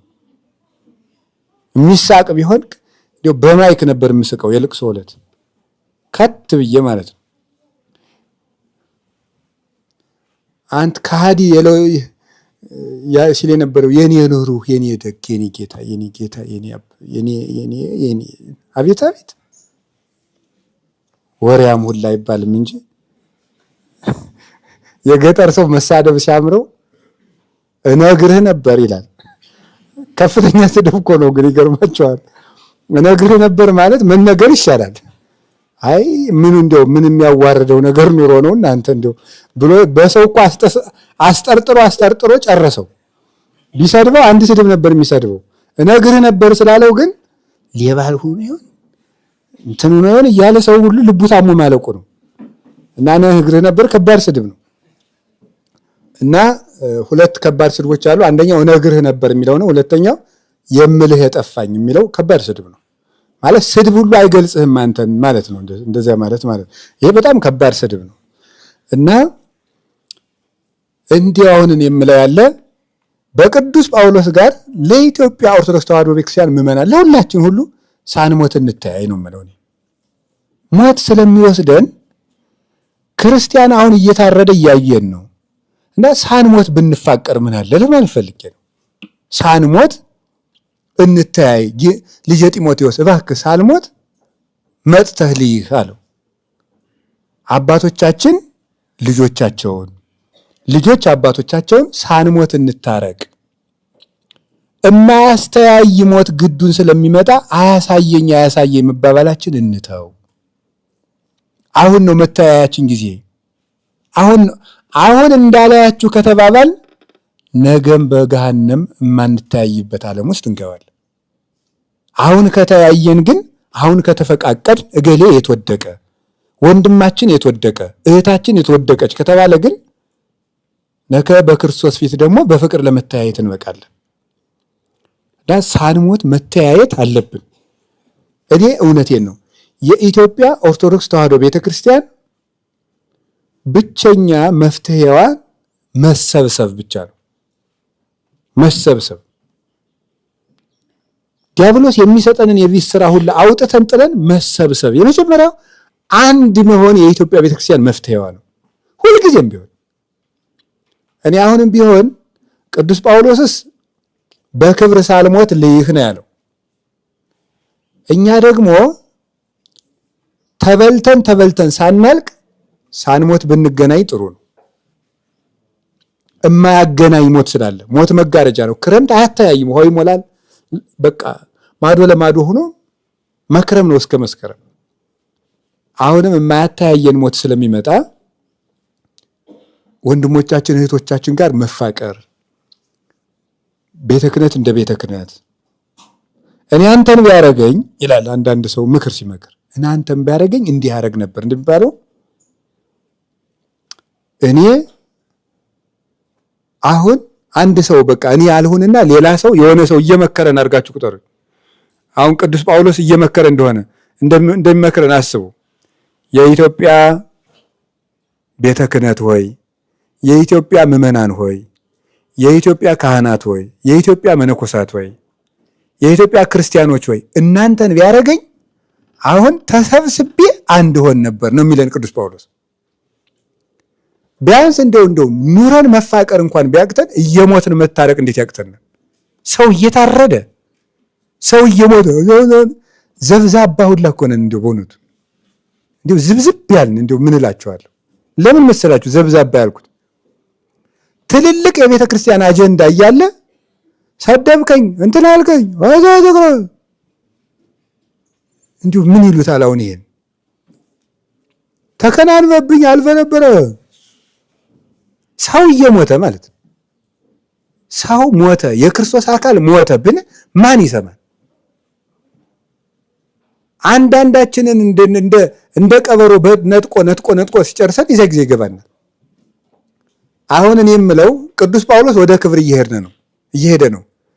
እኛ ግን አሁን እኔ እንደው እግዚአብሔር በሚያውቀው እንደው በረከታቸው ይድረሰንና የኔታ ጥበቡ ወላዳ ይላፍ መልአከ ምሕረት የኔታ ጥበቡ አንድ ያሉት ነገር አለ። ገበሬዎች ተሰብስበው ዝናብ አልዘንምልን አለ የኔታ ሲሏቸው ምንድን ነው ያሉ? ገበሬውን በሙሉ አስታርቁትና ይዘንብላችኋል አሉ። አስታረቁ፣ ዘነበላቸው። ታረቁ። ሲታረቁ አለ ገበሬው በሙሉ። አሁን ታውቃላችሁ ሰኔ ወር በብፁዕ ቅዱስ አቡነ ማትያስ አማካይነት በፓትርያርካችን ምህላ ታውጇል። ከምህላው ጋር የኢትዮጵያ ኦርቶዶክስ ተዋሕዶ ቤተክርስቲያን ቤተ ክህነት ማድረግ ያለበት ማንኛውም ኦርቶዶክስ በአንድ ወር ውስጥ የተጣላ ታረቅ መባል አለበት። ምንም ብለን ሳንታረቅ እግዚኦ መሐረነ ክርስቶስ እንዲሁ እግዚአብሔር መቀለጃ ነው እንዴ? በፍጹም ሊሰማን አይችልም። እንዴ አስቆረርኩሙን እንዴ ኢታስተርእዩኒ ምንም ነገር ይዛችሁ ብትመጡ እንደው አትታዩኝም እኮ ነው የሚለው በኢሳይያስ። ፈጽሞ አላያችሁም እናንተ እጃችሁ ላይ ምንም ይዛችሁ ብትመጡ አትታዩኝም። ሰቆራረ ኮንክሙን አስጸይፋችሁኛል፣ ጠልቻችኋለሁ እናንተን ብሏል እግዚአብሔር። አትታዩኝም ኢታስተርእዩኒ እንደውም አታሳዩኝ፣ እንደውም አታሳዩኝ። በቃ ምንም ነገር አታምጡ በእኔ ፊት እንደውም ማለት ድሃ እያስለቀሳችሁ የሰራተኛ ደመወዝ እየቀማችሁ በግፍ ሰው እያስለቀሳችሁ ኢታስተርእዩኒ መስዋዕትን ብታመጡ የሰባውንም ብታርዱልኝ አትታዩኝም። ቅዱስ ዮሐንስ አፈወርቅ የሚለው ነገር አለ። ጠላቶቻችሁን ውደዱ ብሎን ሳለ ጌታ ወዳጆቻችንን ስንጠላ ብንገኝማ ለሱ ምን እንመልስለታለን ይላል። ጠላቶቻችሁን ውደዱ ብሎን ሳለ ወዳጆቻችንን ስንጠላ ከተገኘን ምን እንመልስለታለን? ያለ ፍቅር ያለ መታረቅ ምህላችንም ደመናትን አያልፍም። ምንም ተሰብስበን እንደው ሜዳው ላይ 40 ቀን እግዚኦ ብንል ይሄንን እንድናደርግ እኔ ክርስቲያን ሙቶ ሳያልቅ እንታረቅ። መሰረት የሌለው ቤት ማለት ነው። ቅዳሴ ቢባል ምህላ ቢባል ጾም ቢባል መሰረት የሌለው ቤት ማለት ነው። ፍቅር አልባ አምልኮተ እግዚአብሔር ማለት ምንም አይረባም። ይህንን ነው ቅዱስ ጳውሎስ ልጄ ሳልሞት መተህየኝ ያለው። ክረምት አያስተያይም፣ ክረምት አያስተላልፍም። አሁን ሌላ ነገር ወደ ሌላኛው ትርጓሜያችን ሄድን። ክረምት ሞት ነው ብለናል።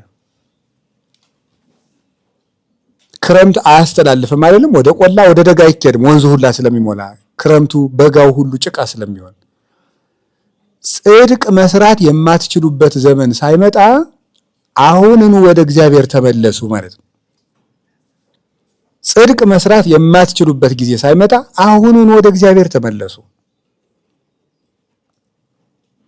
ከሞቱ በኋላ ምጽዋት መመጽወት አይቻልም፣ መጸለይ አይቻልም፣ መንጻት አይቻልም፣ መቀደስ አይቻልም፣ ንስሐ መግባት አይቻልም፣ መቁረብ አይቻልም። አሁን ነው እና ክረምት ማለት መራመድ የማንችልበት ጊዜ ይመጣል። አሁን ተማሩ እየተባልን ነው። ነገ ቃል እግዚአብሔር የሚነግረን እናጣለን። ነገ መጻሕፍት ይጠፋሉ። ትንቢት አይደለም መጽሐፍ ያስቀመጠው ትንቢተ አሞጽ ምዕራፍ 8 ላይ ተቀምጧል። ረሃብና ጽምን አመጣለሁ። ረሃብና ጽሙ ግን የእንጀራ አይደለም የእግዚአብሔር ቃል ነው ይላል። ስለዚህ እማንማርበት ጊዜ ይመጣል፣ ያልፋል። የሚያቆርበን ካህን የሚጠፋበት ጊዜ ይመጣል። በወሬም እንኳን የምንሰማበት ጊዜ። ዛሬ በንስሐ አባት እየተለመንን ነው። ነገር ግን ብንለምን ንስሐ አባት የማናገኝበት ጊዜ ሊመጣ ይችላል። ዛሬ ተለምነን እየተማርን ነው። ነገር ግን ለምነን የሚያስተምረን እናጣለን። አሁንን ጊዜ ሩጡ። እንደ አስቸጋሪ ጊዜ ሳይመጣባችሁ ሁሉ ሰፊ ሳለ አይ ወገኖች፣ እንዴት ያለ በጠባብ መከራ ውስጥ ያሉ የክርስቲያን ወንድሞቻችን አሉ እኮ። ሁሉ ነገር አይቻልም የሚባልበት ቦታ አለ። አይቻልም፣ እንዲህ ማድረግ አይፈቀድም፣ እንዲህ ማድረግ አይፈቀድም። ማድረግ በምትችሉበት ሰዓት አድርጉ። አሁን በጉብዝና ወራት ፈጣሪህን አስብ ይላል መጽሐፈ መክብብ ምዕራፍ 12 ቁጥር 1 ላይ። በጉብዝና ወራት ማለት ምንድን ነው? መስገድ በምትችልበት፣ ዓይንህ መጽሐፍ መመልከት በሚችልበት፣ እግርህ ቆሞ በሚያስቀድስበት፣ አንደበትህ ሳይዘጋ ሳይላሽ በምትጸልይበት ጊዜ አሁን ሕዋሳቶችህ ሁሉን ማከናወን በሚችሉበት ጊዜ ነው። አንደኛው በእርጅና፣ ሌላኛው በደዌ፣ ሌላኛው ባለዋን ነገስታት ክፉ ፍርድና ፍርድ መገምደል፣ ሃይማኖትን በሚጠሉ ሰዎች ምክንያት፣ በአባቶችና በሊቃውንት በካህናት እልቂት፣ በዚህ ሁሉ ጥፋት መጽደቅ የማትችሉበት ጊዜ ሳይመጣ አሁን ጽደቁ፣ አሁን ወደ ጽድቅ ኑ ማለት ነው። ወደ ክረምቱ ነው ያለ። ክረምት ሳይገባ ያለው ይሄ ነው። ክረምት ሳይገባ ያለው ጊዜ ከሞት በፊት ያለን እድሜ ማለት ነው። አሁን እቺ ቀን በዚህ 10 ቀን እሷን የምታስተምረናል። እንደው ከክፋት ለመዳን ምን ላድርግ ተብለው ሲጠየቁ አባቶቻችን ምን ብለው ይሉታል? ትልቁ መፍትሄ ዛሬ ብሞትስ የሚል ቃል ነው ይላሉ። እንዳደረግኩት ሙቼ ባድርስ ካልክ ነገ ንስሐ ገባበታለሁ ስለማትል ቶሎ መመለስ ትችላለህ ከክፋት እና አብድ ውእቱ ዘይሄሊ ዘእንበለ መቃብሩ ከሞቱ ውጭ ሌላ የሚያስብ ሰው እሱ ሞኝ ነው የሚባለው ለዚህ ሰነፍ ነው። አንደኛው ሞታችሁን አስቡና ማድረግ የማትችሉበት ጊዜ ሳይመጣ አሁን አድርጉ፣ በቀጠሮ አትኑሩ። ጌታ ምን ብሏል? ማቴዎስ ወንጌል ምዕራፍ 24 ላይ ባይቱ ጸልዩ ከመ ይኩን ጉያክሙ በክረምት ወበሰንበት፣ ነገር ግን ሽሽታችሁ በክረምትና በሰንበት እንዳይሆን ተጠንቀቁ ይላል። በክረምት እንዳትሞቱ ተጠንቀቁ። ምስጢሩ ምንድን ነው? ክረምት ማለት ልምላሜ እንጂ ፍሬ የሌለው ጊዜ ነው። ፍሬ የለሽ እንደሆናችሁ እንዳትሞቱ ተጠንቀቁ ማለት ነው። ፍሬ የለሽ እንደሆናችሁ እንዳትሞቱ፣ ፍሬ አፍርታችሁ ሙቱ፣ ከነ ፍሬያችሁ እንዲጠራችሁ ተጠንቀቁ ማለት ነው። መፍትሄው ሁለት ነው። ንስሐ መግባትና ፈጥኖ ራስን ማስተካከል ነው። ካለንበት ልማድ መውጣት ነው። እስራታችን ቆርጦ መውጣት ነው። መልካሙን አሁን ማድረግ ነው። የሰራነውን አውጥተን መናዘዝ ነው። ልማዳችንን አሁን ማቆም ነው። ሶስት ነገር እግዚአብሔር ከኛ ይፈልጋል። የያዝነውን ልማድ መቁረጥ፣ መልካሙን ነገር አሁን መጀመር፣ እስካሁን የሰራነውን አሁን ማውጣት። እነዚህ ሶስቱ ናቸው ሞት የሚፈራ ሰው የሚያደርጋቸው። ትሞታለህና ዛሬ ቤትህን አስተካክል እንደተባለው እንደ ሕዝቅያስ አንድ ሰው ሞቱን እንዳሰበ ዛሬ ምን ያደርጋል? ዕለቱን ሶስት ነገር ያደርጋል። ክፋቱን አውጥቶ ይጥላል። እስካሁን የሰራውን ይናዘዛል። አሁን እየሰራ ያለውን ያቆማል። መልካም ነገርን አሁን ይጀምራል። ክረምት ሳይገባ ማለት ማድረግ የማትችሉበት ጊዜ ሳይመጣ አሁን አድርጉ ነው። የምትችሉበት ነገር አይለፋችሁ ነው። አሁን መማር እንችላለን፣ ማንበብ እንችላለን፣ መናዘዝ እንችላለን፣ መታረቅ እንችላለን። ሁሉን ነገር አሁን አድርጉት። ከህዋሳት አንጻር፣ ከዘመን ክፋት አንጻር፣ ከክፉ ሰዎች አንጻር ሁሉን ነገር የማንችልበት ጊዜ ይመጣል። ቤተ ክርስቲያን እንኳን የማንሄድበት ጊዜ እኮ ይመጣል። መሄድ የሚከለከልበት ጊዜ ማን እንደሚያደርገው አናውቅም። አሁን ነው መስራት ያለብን ሁሉን ነገር። እሱን ነው በክረምት እንዳትሄዱ ማለት ፍሬ የለሽ እንዳትሆን እንደሆናችሁ እንዳይጠራችሁ ተጠንቀቁ ማለት ነው። ጌታ ይሄን ያለው በሰንበት ያለው ደግሞ ሰንበት እረፍት ነውና በእረፍት ሳላችሁ ሳትተጉ ማለት ነው። በስንፍና ሳላችሁ እንዳይወስዳችሁ ከነ ስንፍናችሁ እንዳይጠራችሁ ለምኑት። ስለዚህ እንዲህ እንዳላችሁ እንዳያነሳችሁ ጊዜ ስጠኝ ብላችሁ ለምኑት ማለት አይደለም። አሁኑኑ አንሳኝ በሉት። ልብ ስጠና አንሳኝ ዛሬ ቀስቅሰኝ በሉ ነው። እሱን ለማለት ነው። አባቶቻችን ይህን ሲተረጉሙ ክረምት ከባድ ነው ይላሉ። ክረምት ከባድ ነው፣ የመምህር ሞትም ከባድ ነው ይላሉ። ያጣናቸው ማለት ነው። ድሮ ግን አይገባንም ነበር። እኔ ለምሳሌ እውነቱን ለመናገር አሁን የኔታ ጥበቡን ጉባኤ ቤት ስንት ቀን በመኪና እያለፍኩት ወደ ባህር ዳር እጃለሁ። አይቸኩያለሁ። ሌላ ቀን መጥቼ ሰላም ለኪ አስደግሜያለሁ እያልኩ። ዛሬ ግን የሉ። ወዴት ይገኛል ቢባል አባት የለ እና ስንት ቢኖሩልን የምንላቸው አሉ። እነ የኔታ ኃይለ ሚካኤል ቢኖሩልን ሲጨንቀን ሄደን የምናለቅስባቸው፣ ሲጠበን የምናርፍባቸው፣ የሚያሰፉልን፣ ሸክም የሚያቀሉልን፣ የሚያጽናኑን፣ መንገድ የሚያሳዩን ቢኖሩልን የምንላቸው ብዙ አሉ። ያንን ነው ቅዱስ ጳውሎስ እኔ ሳልሞትና ያለው ለዚህ ነበር። ይህ ምንድነው? ክረምት የሚባለው አንደኛው ከሞት አንጻር ሲታይ አባቶች እንደሚተረጉሙት ሰውነት ጨርሶ ማይበር ሆኖ ሳያሰጥም ስራ ዛሬ ወደ እኔና ጳውሎስ የቤተ ክርስቲያን ትምህርት ውክልና ነው ይላሉ። ስለዚህ ቅዱስ ጳውሎስ ወደ እኔና የሚለው ወደ ቤተ ክርስቲያን ትምህርትና ሰውነት ማይበል ሆኖ ሳያሰጥምህ እየሰራው ያለው ጎርፍ ነገር ያ ወስዶ ሳይጨርስ ዛሬውኑ ወደ ቤተክርስቲያን ተመለስ ማለቱ ነው። ቅዱስ ጳውሎስ የሐዋርያት ሁሉ ውክልና ነው። በጣም ሙሉ የሐዋርያት ትምህርት ያለው ነው። የሐዋርያት ጸጋም ያለውና የክርስቶስ ሁሉ እንደራሴ እኮ ነው። እኔ ሙቻለሁ በእኔ የሚኖረው ክርስቶስ ነው ስላለ፣ ስለዚህ ወደ ጳውሎስ መምጣት ማለት ወደ ቤተክርስቲያን መምጣት ነው። ከቅዱስ ጳውሎስ የማይገኝ ነገር ስለሌለ፣ ስለዚህ ወደ ቤተክርስቲያን ኑ እያለ ነው። ክረምቱ ሳይገባ የሚለው ነፍስህ ጨርሳ ሳትቀዘቅዝ ማለት ነው። ሳትደነዝዝ መመለስ የማትችልበት ቀቢጸ ተስፋ ላይ ሳትደርስ፣ ነፍስ ከተስፋ መቁረጥ ሳትደርስ ተው ዛሬ ተመለስ እያለ ነው ቅዱስ ጳውሎስ የሚለን። ነፍስ ተስፋ ሳትቆርጥ ጎበዝ። የኃጢአት ከባድ ምንድነው ከተባለ ተስፋ መቁረጥ። ተስፋውን ያጣ ሰው የሚመልሰው የለም።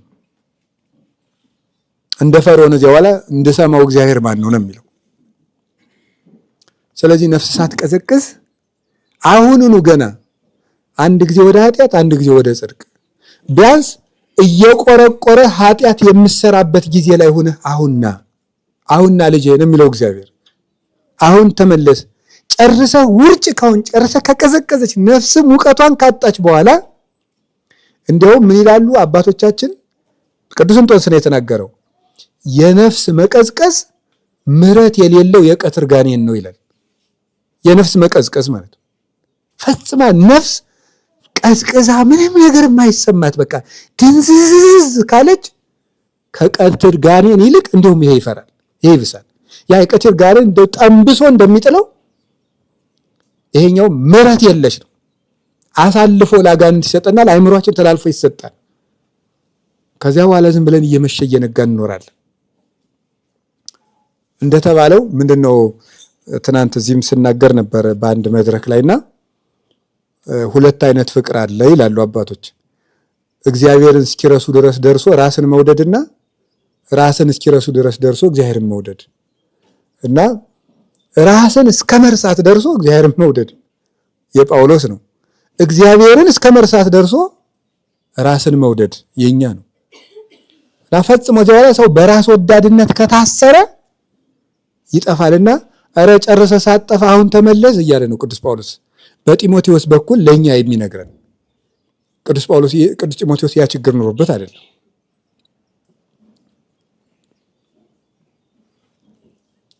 የመምህራንን ሞት ለምንድነው ክረምት ያለው ሲባል መምህራን በጋ ናቸው። ለምን? ለነፍስ ሙቀት ይሰጣሉ። ሙቀት ማለት ወኔዋን ያጣቸውን ነፍስ ወኔዋን ይቀሰቅሳሉ። የመንግስተ ሰማያቱን ውበትና የእግዚአብሔርን ቸርነት በማሳየት ወኔዋን ይቀሰቅሳሉ። ስለዚህ የመምህር ተግባሩ ማትጋት ነው። የእግዚአብሔር ተግባሩ ምህረት ነው። መምህር ያተጋል፣ እግዚአብሔር ይምራል። ስራው ማትጋት ነው። ያንድ መምህር የፈዘዘችን ነፍስ መቀስቀስ ነው። ቃለ እግዚአብሔር ደግሞ ምንድነው? ማትጊያ ቀንደ መለከት ነው። የንጉሥ አዋጅ ነው። ንጉሱ ብለዋል እንደሚባለው ቃለ እግዚአብሔር የሚነፋው ቀንደ መለከት ነው። መምህሩ አዋጅ ነጋሪ ነው። እግዚአብሔር ደግሞ ንጉሥ ነው። ስለዚህ ምንድነው ሲባል መምህራን ሙቀት ይሰጣሉ። ፀሐዮች ናቸው። ትንቢተ ዳንኤል ምዕራፍ 12 ላይ መምህራን ስለኔ እያወራው አይደለም። ይህንን የምታሰነፍስ ምሳውን በነገራችን ላይ የሰባኪ ድሃ ማለት መድረክ ላይ ተቆሞ የራሱን ሐሳብ የሚሰብክና በስብከት ጠላቱን የሚበቀል ሰው ነው። የሰባኪ ድሃ ነው። የሰባኪ ድሃ ማለት በስብከቱ የሚጠላውን ሰው እያሰበ የሚሰብክ ሰው ነው። በጣም ነውር ነው ይሄ ማለት ነው። በጣም ነውር እና የእግዚአብሔርን ቃል የሰው መውጊያ ማድረግ ጎበዝ በጣም ከዚህ ያድነን። እውነቴን ነው። የእግዚአብሔርን ቃል እንዴት ሰው ተወገበታል? በጣም ነውር ስለሆነ ኩን ሰባኬ ወአዋዴ ለሳሂለ እግዚአብሔር ማር ይስሐቅ ሲናገር ለእግዚአብሔር ቸርነት አዋጅ ነጋሪ ሁን ነው ያለ። ሰባኪ ማለት የእግዚአብሔርን ቸርነት ለሰው የሚያደርስ ነው። ሰውን በእግዚአብሔር ጥቅስ አናቱን እያለ የሚጥል ማለት አይደለም። ጠላቱን የሚያጠቃና የሚበቀል አይደለም። ጥቅስን መነሻ እያደረገ ሰው መበቀያ የሚያደርግ ማለት አይደለም።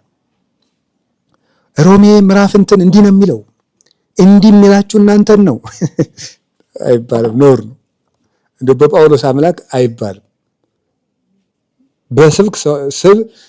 ስብከት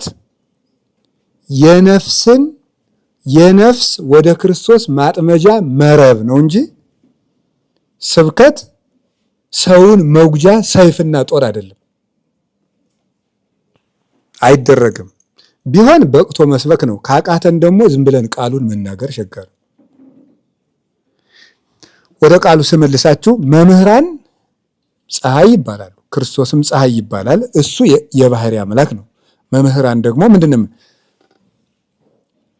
ሰዎችን ከስህተት የሚመልሱ ሰዎች እንደ ሰማይ ጸዳል ያበራሉ ነው የሚለው አይደል? ትንቢተ ዳንኤል ምዕራፍ 12 ላይ እንደ ሰማይ ጸዳል ያበራሉ ሰዎችን ከስህተት የሚመልሱ ሰዎች።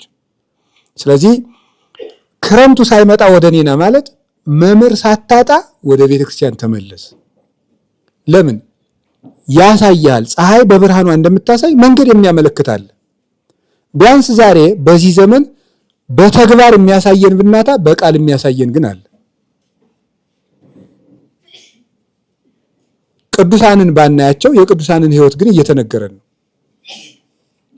ስለዚህ የሰው ልጅ ምን ማለት አለበት?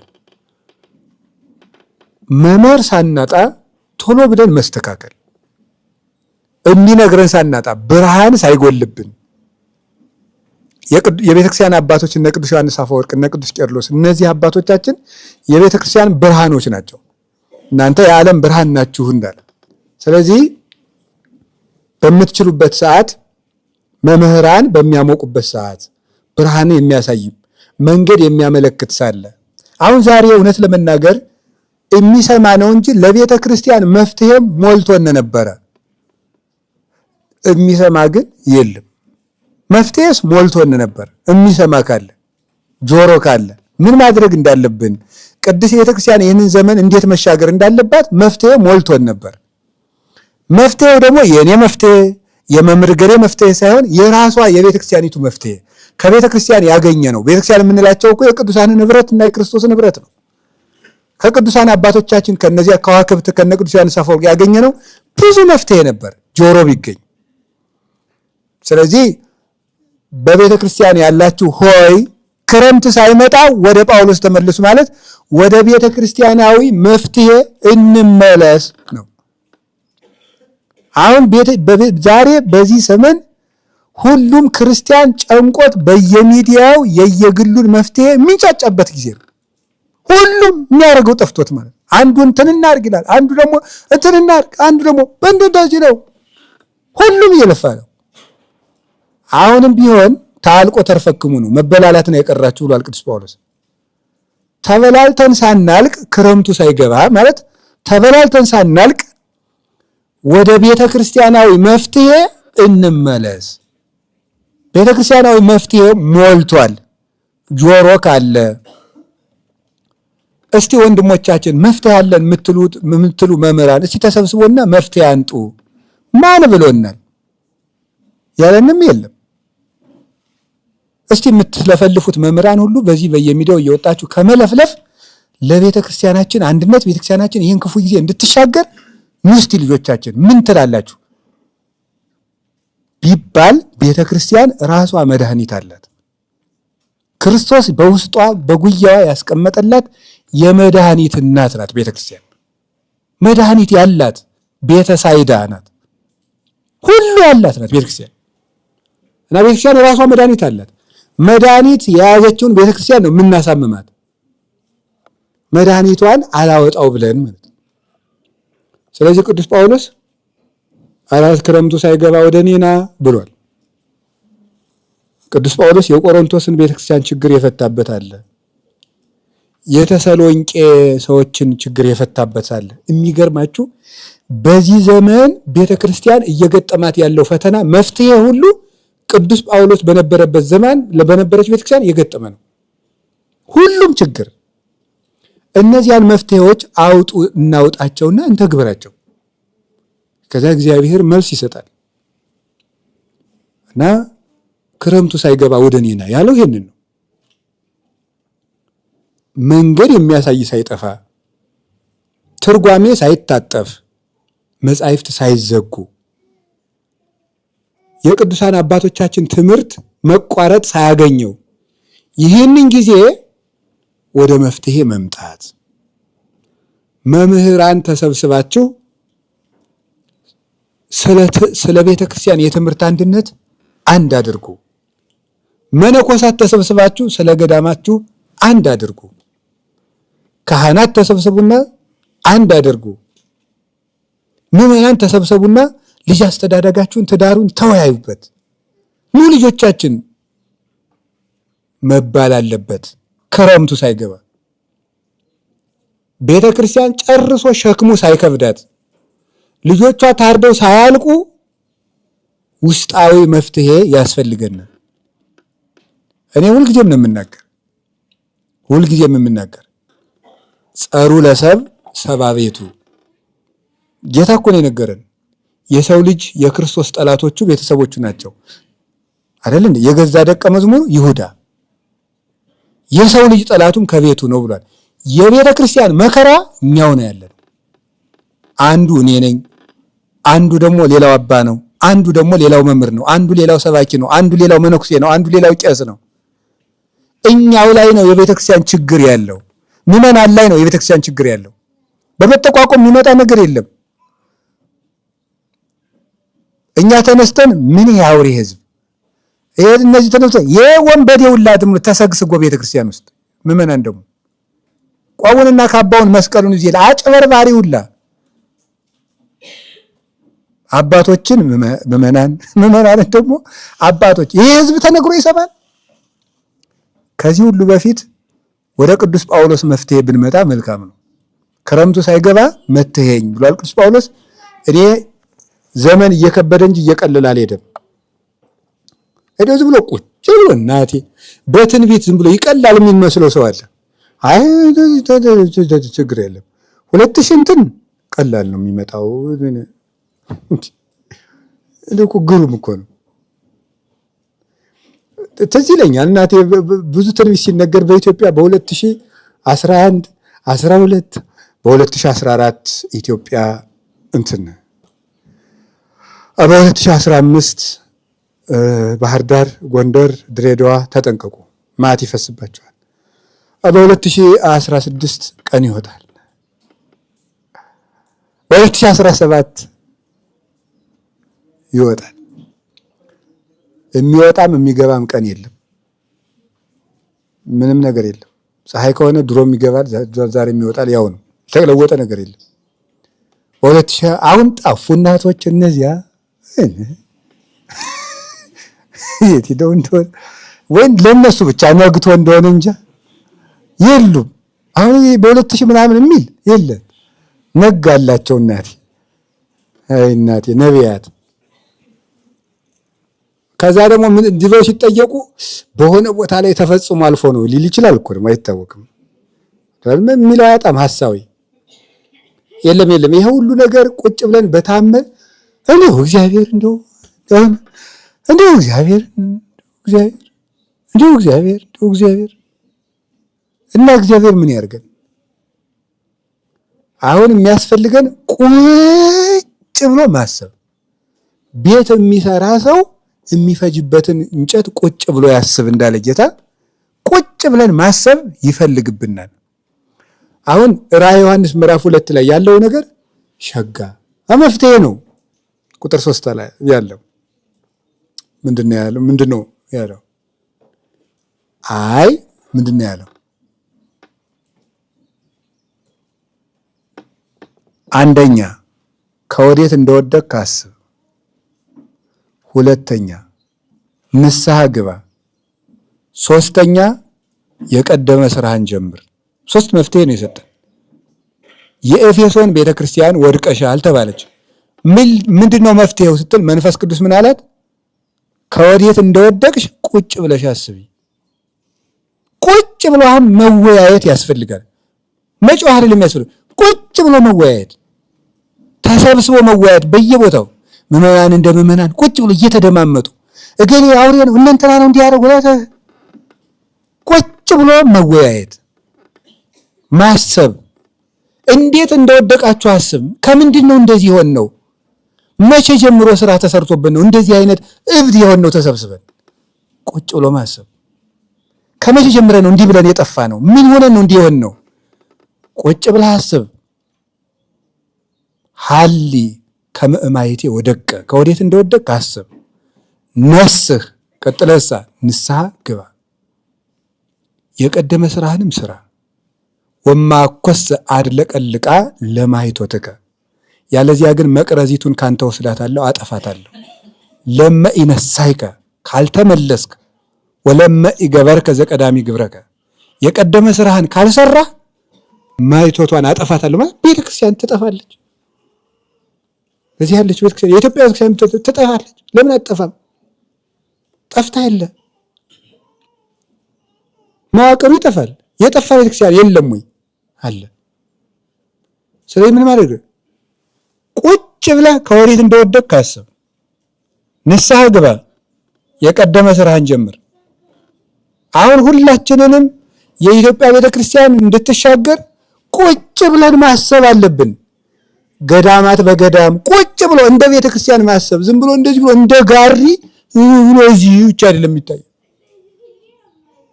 የኢትዮጵያ ቤተክርስቲያንን ማሰብ ቁጭ ብሎ ማሰብ ይጠይቃል። ገዳማት እንደ ገዳም ማሰብ፣ ቤተ ክህነት እንደ ቤተ ክህነት ማሰብ፣ ሲኖዶስ እንደ ሲኖዶስ ማሰብ፣ መምህራንም እንደ መምህራን ተሰብስቦ ማሰብ።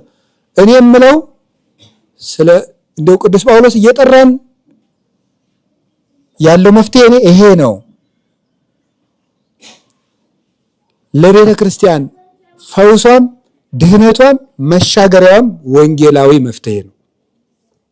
የቃለ እግዚአብሔር መፍትሄ ነው። ከወንጌል ፈቀቅ ብለን በተግባር ነው። አምልኮዋ ከወንጌል የወጣች ቤተክርስቲያን አይደለችም። የመጣብን ነገር ካለ ተመልሰን ነው የሚድነው። ቀኖናዊ በማድረግ እውነት ነው ያጎደፍነውን ነገር ንስሐ በመግባት ከወዴት እንደወደቅ ካስብ ንስሐ ግባ፣ የቀደመ ስራህን ጀምር። ቤተክርስቲያን እንደቀደመው ስራህን ትጀምር። እንዲህ ያደረገች እንደሆነ የኢትዮጵያ ቤተክርስቲያን ትሻገር። ካልሆነ ግን ኮሚቴ ብናዋቅር መወቃቀር ነው። ምን ይወጣ ነገር የለም። ምንም የሚረባን ቁጭ ብሎ ማሰብ፣ መደማመጥ፣ ቁጭ ብሎ መመካከር፣ ስራዬ ብሎ እሱ ደግሞ መቼ ነው?